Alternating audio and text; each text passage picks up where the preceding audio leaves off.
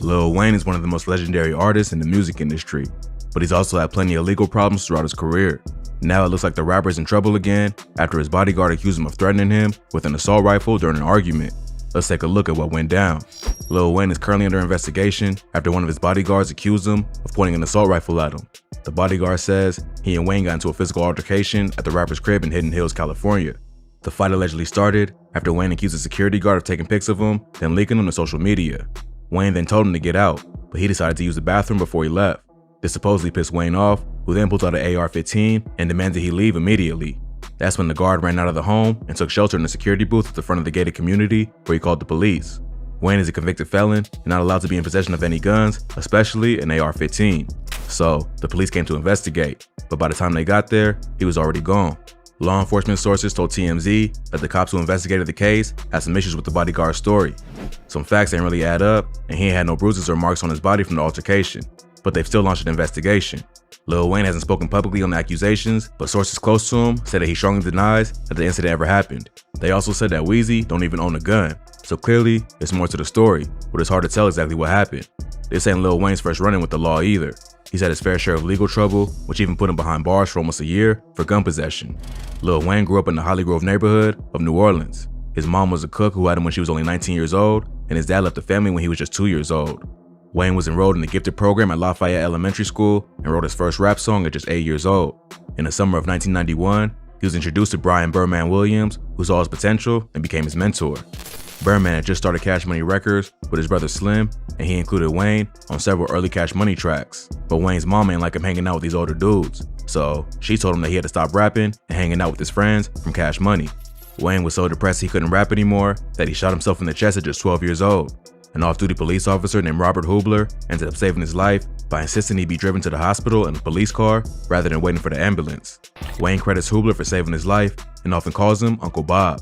Initially, Weezy claimed the gunshot wound was an accident, but years later, he admitted it was a suicide attempt and even wrote a song about it called Let It All Work Out on the Carter 5.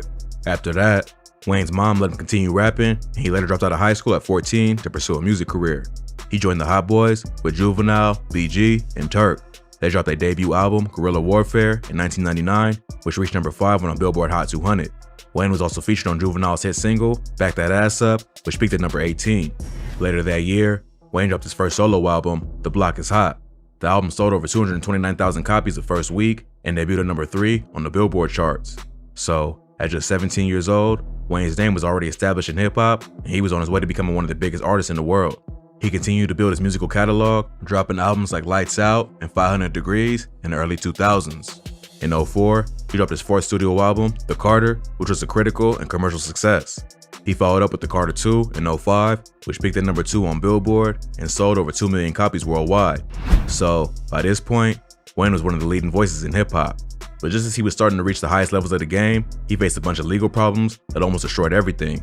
On July 22, 2007, Weezy got arrested on gun and drug charges after a performance at the Beacon Theater in Manhattan. The NYPD caught Lil Wayne and another man smoking weed near a tour bus. After arresting him, they found a .40 cal pistol in a bag right next to him. Even though the gun was registered to his manager, Wayne was still arrested and charged with criminal possession of a weapon and marijuana. His lawyers argued that the weapon didn't belong to him and the police had no reason to search him, but he still got charged. A few months later, Wayne was performing at the Quest Arena in Boise, Idaho, when he got arrested on felony fugitive charges. Police in Georgia accused him of possessing a controlled substance, which is what triggered the arrest. But they later admitted that the arrest was a mix-up and the charges was dropped. The following year, on January 3, 2008, Wayne got arrested alongside 2 others after his tour bus was stopped by Border Patrol agents outside of Yuma, Arizona. A K-9 unit was used to search the car and found 105 grams of weed, 29 grams of coke, 41 grams of ecstasy, and $22,000 in cash. So, Wayne was arrested and charged with possession of narcotic drugs for sale, possession of dangerous drugs, misconduct involving weapons, and possession of drug paraphernalia. He eventually posted a $10K bond and was allowed to travel out of state. So, the charges just kept racking up. In 2009, Lil Wayne and 11 others were detained at the border at Falfurrias, Texas, after an unknown quantity of marijuana was found on 2 of his tour buses. That same year, he pled guilty to attempted criminal possession of a weapon relating to the charge he caught in New York back in 2007. For that crime, he got hit with 1 year in county jail, which he eventually served at Rikers Island. But Wayne ain't started sentence right away. First, His attorney delayed the sentence for Weezy's dental surgery, which included 8 root canals and several tooth implants. Then, his sentencing was pushed back again after there was a fire in the basement of the courthouse. So, Wayne began his 1-year sentence at Rikers Island on March 8, 2010.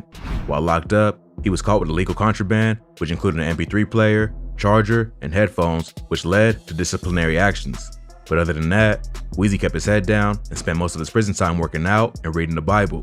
He was released on November 4th, 2010 after serving 8 months of his 1-year sentence. But while he was locked up in New York, he became a fugitive in Arizona after missing the court date for the drug charges he caught at the border. In March 2010, a bench warrant was issued for his arrest after he ain't show up for his final trial management conference. So, while still at Rikers Island, he accepted a plea deal and was sentenced to 3 years of probation. After that, Wayne seemed to learn his lesson and began moving smarter. For a smaller artist, that jail time would have killed their career, but Wayne was always determined to be the GOAT, so when he came home, he was bigger than ever. Over the next decade, he stayed more low-key to avoid getting into trouble. In January 2015, he sued his former mentor and business partner Birdman for $51 million. He claimed Birdman had withheld royalties and violated their contract by refusing to let him drop his album, The Carter 5. Wayne would diss Birdman multiple times on stage and in his music, which ruined their relationship. But they eventually settled the lawsuit in 2018, and Wayne walked away with a settlement of over $10 million. Ever since then, the two seem to be on good terms and have appeared together in public and in music videos. Then, just when it seemed like Weezy was back on track, he got arrested on federal firearms charges in Miami. On December 23, 2019, Miami police received an anonymous tip that there was illegal contraband aboard Wayne's private jet. He had just landed at Opa-locka Executive Airport after a trip from Cali. So, when they landed, authorities was there waiting for him. They searched the plane and found a Coach bag belonging to the rapper, which had a gold-plated 4.5 handgun inside. According to arrest records, Wayne told the police it was a Father's Day gift. In addition to the gun, they also found bullets, coke, ecstasy, oxys, and other drugs. But they was personal quantities, and Wayne ain't get hit with any drug possession charges. He was still hit with a gun charge because he's a convicted felon. He pled guilty to the charge in December 2020 and was facing up to 10 years in prison if convicted. He got out on a $250K bail and had to surrender his passport. His sentencing hearing was scheduled for January 28, 2021, but at the last minute, he got pardoned by former President Trump on his last day in office. Wayne had just recently endorsed the president ahead of the 2020 election by appearing in a photo with him that was posted on social media. Wayne also hired celebrity attorney Bradford Cohen, who's known for defending high-profile rappers like DMX and Kodak Black. Cohen had close ties to the Trump administration and was also a contestant on the second season of The Apprentice. So, he was able to secure Wayne a pardon for his pending gun charge. Wayne got off lucky with that case, but he gotta stay out of trouble if he wanna stay out of jail. That's why these new accusations could be bad for him. If what the Bodyguard is saying is true, Weezy could easily get locked up again on another gun charge. If a gun-friendly state like Florida was willing to give him up to 10 years for a pistol, who knows what the state of California would do if he's caught threatening someone with an AR-15. But it sounds like the cops not even believing the guy's story. So this may just be a case of an angry employee doing whatever he can to get back at his boss. More info is likely to come out as the police investigate, so stay posted for updates.